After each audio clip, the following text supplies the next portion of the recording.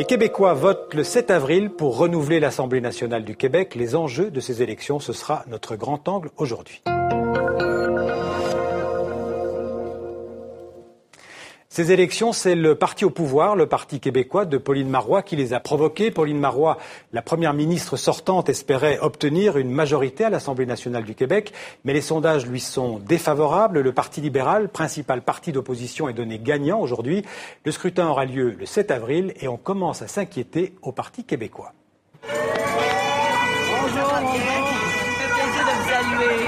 Derrière son sourire, une sourde inquiétude face à la remontée des libéraux. En matière d'éthique, j'espère que personne ne souhaite retourner aux affaires libérales. Pauline Marois sent le besoin de rafraîchir la mémoire des Québécois.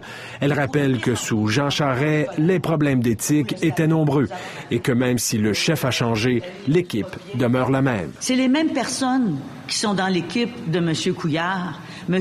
Hamad, M. Moreau. C'est les mêmes là qui sont autour de lui. Qu'est-ce qui nous amènerait à croire qu'il aurait fondamentalement changé? Elle tend la main aux nationalistes indécis, répète que son parti est le plus déterminé sur la question linguistique. Il n'y a pas de perspective, ni du côté libéral, ni du côté caquiste. Quant à la charte de la laïcité, nous sommes la seule formation politique avec une vision claire. Là, je remarque ces interventions aujourd'hui qui, à mon avis, témoignent surtout d'une grande inquiétude dans son équipe, là. Le chef libéral refuse de répondre directement aux attaques de Pauline Marois. Moi, je veux parler de finances publiques, d'emploi, d'éducation, de santé. Comment? La question nationale polarise l'électorat. La CAQ perd des appuis chez les fédéralistes. Son chef est perplexe. Comment peut-on penser réélire les libéraux qui ont mal géré, ont toléré la corruption? C'est plus ça qui me décourage. Mais moi, ce que je veux vous dire, là, c'est que je vais me battre jusqu'à la fin. Alors, pour évoquer ces élections québécoises, avec nous d'abord en duplex de Montréal, Alain G. Gagnon. Vous êtes professeur de sciences politiques à l'Université du Québec à Montréal. Vous êtes sans doute l'un des meilleurs connaisseurs de l'identité québécoise au sein de l'État fédéral canadien. Et puis avec nous en plateau, Louise Beaudoin. Vous êtes membre du Parti québécois, le parti de la Première ministre Pauline Marois, et vous avez été, entre autres, ministre des Relations internationales du Québec et ministre de la francophonie. Alors je vais vous poser la première question, Louise Beaudoin. On a l'impression que la question centrale de ces élections prochaines au Québec, c'est la question du référendum, de la souveraineté du Québec par rapport au Canada. Est-ce qu'on se trompe? C'est ça l'enjeu de cette élection? Mais ça devait pas être le cas. En effet, il était pas question vraiment d'indépendance au moment du lancement de la campagne. Mais l'arrivée de Pierre-Carl Péladeau, ce magnat de la presse, qui, à mon avis, en tout cas fort heureusement, a accepté de se présenter pour le Parti québécois, a fait dériver en quelque sorte la campagne, ça c'est sûr et certain, parce que M. Péladeau a dit avec raison, ben moi, je suis ici pour faire l'indépendance du Québec. Sauf que nous ne sommes pas en campagne référendaire, c'est une élection pour renouveler l'Assemblée nationale. Alors, Mme Marois, vous l'avez vu, tente, et j'espère qu'elle réussira à remettre sur les rails sa campagne électorale en fonction des enjeux importants là, que chacun évoque. On va en parler. Il lui reste à peu près 2 semaines. Oui. Voilà. Alors on va poser la même question à Alain Gagnon. La question de l'indépendance du Québec, aujourd'hui, elle ne se pose pas, en tout cas pas pour cette élection. Ben, normalement, elle ne se poserait pas, comme disait Louise Beaudoin, mais il faut reconnaître que le scénario a échappé un peu à Madame Marois et on a le sentiment qu'elle devait beaucoup débattre la question de l'intégrité, la lutte contre la corruption, l'intervention de l'État dans différents domaines. Et on a le sentiment qu'elle perd le contrôle de l'agenda. Il faudra voir comment elle sera en mesure de remobiliser les forces au sein de sa formation politique. Alors, on parlait de Pauline Marois. Je vous propose d'ailleurs de retrouver Pauline Marois, de l'écouter. Elle a redit, en fait, pendant le débat des chefs qui a eu lieu hier soir à la télévision du Québec, qu'il n'y aurait pas de référendum tant que les Québécois, a-t-il dit, ne seront pas prêts. J'espère que on ne peut pas passer l'extrait, c'est dommage. Alors, ce qui veut dire, je vais vous poser la question, ça veut dire qu'elle dit, en fait, Pauline Marois, qu'il y aura éventuellement un référendum sur cette question que quand elle est sûre de le gagner, en fait, en gros. Oui, mais c'est Attendez, ça. Excusez-moi, on va voir Pauline Marois, puis on en reparle avec vous tout de suite après. Il n'y en aura pas de référendum tant que les Québécois sont pas prêts. C'est ça. Et là, vous voulez nous amener comme M. Couillard, Il a décidé, lui, pour faire oublier les années libérales, que cette élection, elle allait porter sur un référendum. Est-ce que quelqu'un ici pense que l'élection va porter sur un référendum? L'élection porte sur le choix d'un gouvernement. Donc la question du référendum, ce sera pour plus tard. Oui, mais évidemment, Pauline Marois ne peut pas dire ce que voulait lui faire dire François Legault hier soir, que pendant les prochaines 4 années, si le gouvernement du Parti québécois est réélu, qu'il n'y aura pas de référendum. Elle est obligée, c'est évident, parce que là, les indépendantistes, dont moi-même, aimeraient pas beaucoup se faire dire pendant 4 ans, c'est sûr et certain qu'il n'y en aura pas. Ouais. Donc, Mme Marois c'est difficile, là, c'est un peu la quadrature du cercle. C'est compliqué pour elle. C'est compliqué pour elle. Mais quand même, je la trouvais convaincante dans cet extrait. Alors, Alain Gagnon, on peut quand même dire que pour vous, l'observateur, que cette question de la souveraineté du Québec, de l'indépendance du Québec, elle est transversale dans la vie politique québécoise. C'est une question fondamentale qui se reposera un jour ou l'autre.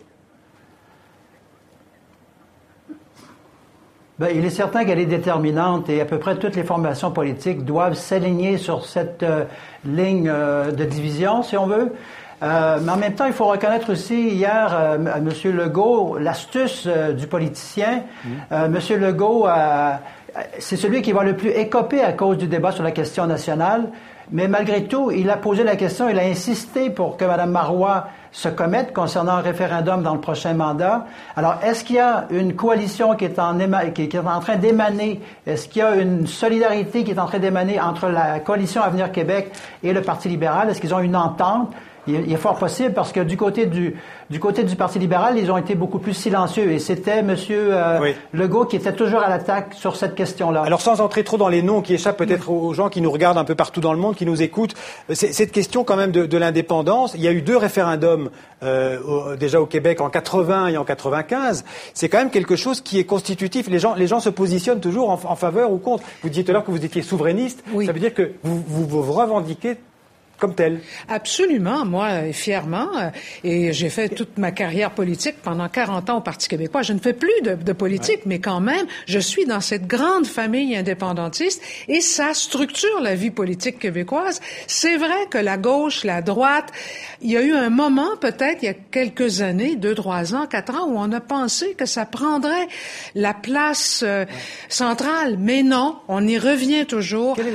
Parce qu'il y a quelque chose qui n'est pas réglé, c'est tout, qui est inachevé. Oui. Et cette chose-là, c'est l'indépendance du Québec, du Canada. Quelle est la proportion aujourd'hui des Québécois qui seraient en faveur de l'indépendance? Entre 35 et 40%, je pense qu'on peut dire ça. Donc ça ne fait pas une majorité. Ça ne fait pas une majorité, mais ça fait une minorité de blocage, en quelque sorte, là. C'est qu'on peut pas dire c'est terminé, c'est fini, puis on peut pas dire on va la faire non plus. Alors, est-ce que les questions économiques, sociales, le chômage, ont été aussi au centre de cette campagne? Parce que la situation économique du Québec n'est pas si brillante, une croissance assez faible, assez molle, à peine plus d'1% en 2013, peut-être 2% espéré en 2014. Est-ce qu'on a beaucoup parlé de ces questions-là? Oui, on en parle, mais c'est sûr que c'est la question de l'indépendance, c'est l'arbre qui cache cette forêt-là. Mais c'est quelque chose de fondamental et d'essentiel. Puis d'ailleurs, toute la question économique, là-dessus, cependant, je pense qu'on peut dire, je sais pas ce qu'Allinger répondra là-dessus, mais qu'il n'y a pas des différences si fondamentales entre ce centre-gauche et ce centre-droit et ce centre tout court. On va lui poser la question. Donc les questions économiques, il n'y a pas tellement de clivage entre les partis politiques, c'est plus la question du souverainisme qui fait la différence. Bien, disons que sur la question économique, il y a quand même de légères différences, mais on a senti, du moins pendant la campagne, que le Parti québécois se recentrait, qu'il était moins interventionniste, même que les libéraux. Les libéraux proposent d'avoir un programme d'infrastructure, de retourner à leur programme d'infrastructure, donc des dépenses extraordinairement importantes. Qui ont une tendance à créer de l'emploi. Habituellement, c'est le Parti québécois qui défend cette proposition-là. Or, cette fois-ci, parce que le Parti québécois voulait aller chercher l'électorat du centre avec M. Legault, si on veut, ils ont fait une tentative pour dire que nous, on allait être très responsables, on n'allait pas dépenser énormément. Mais rappelons-nous qu'au Québec, le taux de chômage est quand même 8% et ça se compare très favorablement à plusieurs États européens. Donc, l'économie, elle est lente au niveau de sa progression, mais le taux de chômage est très, très respectable quand même. Alors, Louise Baudouin, il y a un autre sujet dont on a beaucoup parlé en Europe, en tout cas, c'est cette fameuse, et aussi au Québec, c'est cette fameuse charte sur la laïcité. Oui. Est-ce que cette charte de la laïcité a été aussi au cœur de la... Parce qu'il faut rappeler à ceux qui nous regardent et qui nous écoutent que la charte n'a toujours pas été adoptée. C'est un projet de loi. C'est un projet de loi, et comme le Parti québécois était minoritaire à l'Assemblée nationale et que les autres partis étaient contre telle qu'elle était présentée, eh bien, c'est sûr que le Parti québécois demande aussi une majorité pour pouvoir adopter cette fameuse charte de la laïcité. Alors, et il aura cette majorité? Enfin, il y a une majorité pour voter cette loi? Alors, écoutez, quand on regarde les sondages concernant la charte de la laïcité, oui, il y a une bonne majorité de Québécois et particulièrement de francophones qui sont favorables à cette charte. Moi, je suis beaucoup intervenue dans ce débat-là parce que j'y crois pour toutes sortes de bonnes raisons qui sont celles d'abord et avant tout, je dirais, d'intégration. Oui, il faut rappeler que c'est une charte qui prévoit la neutralité de l'État en matière religieuse. Voilà, et ce qui est dit dans aucun texte au moment où l'on se parle au Québec. On peut bien dire la pratique, etc., mais il n'y a aucun texte qui le dit. Et pour moi, c'est un moment important, mais ce débat-là, il a déjà eu lieu. Donc, il est beaucoup moins présent pendant la campagne. On va demander à Alain Gagnon, est-ce que dans leur majorité, Alain Gagnon, les Québécois estiment que la religion relève du domaine privé? Est-ce qu'il y a une majorité de Québécois pour penser ça? Oui, je dirais que oui, mais en même temps, je soulignerais aussi le fait que la charte, elle a beaucoup divisé les forces souverainistes. Donc, Mme Marois, qui comptait beaucoup sur l'appui des forces souverainistes, toutes tendances confondues, s'est aliéné quand même plusieurs éléments à l'intérieur de la formation politique qui se sont déplacés soit vers Québec solidaire, soit qui s'abstiennent, mais qui sont plutôt critiques à l'égard du gouvernement concernant la charte. Chez les intellectuels, je dirais que la tendance forte, la tendance lourde, elle est plutôt défavorable à cette charte et plutôt de construire une nation québécoise diversifiée, plurielle, qui accueille tout le monde comme les gens sont. Donc, le voile, c'était pas le grand débat, et le fait d'avoir ramené ce débat-là ici, c'est sûr que ça a créé une tension. Merci Alain Gagnon. Un dernier mot, parce que le temps... Oui, alors là, je suis en grand désaccord, je pense qu'il le sait avec Alain G. Gagnon. Pour moi, au contraire, s'il y a eu quelque chose qui a fédéré les Québécois et surtout reconnecté le Parti québécois avec la population du Québec, je veux bien les intellectuels, mais moi, j'ai signé une pétition avec Guy Rocher, qui est le plus grand sociologue vivant au Québec, qui est un monument. Alors donc, on pourra en discuter, c'est un vrai débat, ça, très intéressant à ce moment-ci au Québec. Merci en tout cas à vous, Louise Baudouin, d'avoir été avec nous en plateau, et merci à Alain Gagnon d'avoir très court. Alors, allez-y. Non, j'allais dire oui, ça l'a fédéré plusieurs Québécois, mais ça l'a divisé les forces souverainistes. Voilà, écoutez, ce sera le mot de la fin. Merci Alain Gagnon, merci à tous les deux, merci beaucoup.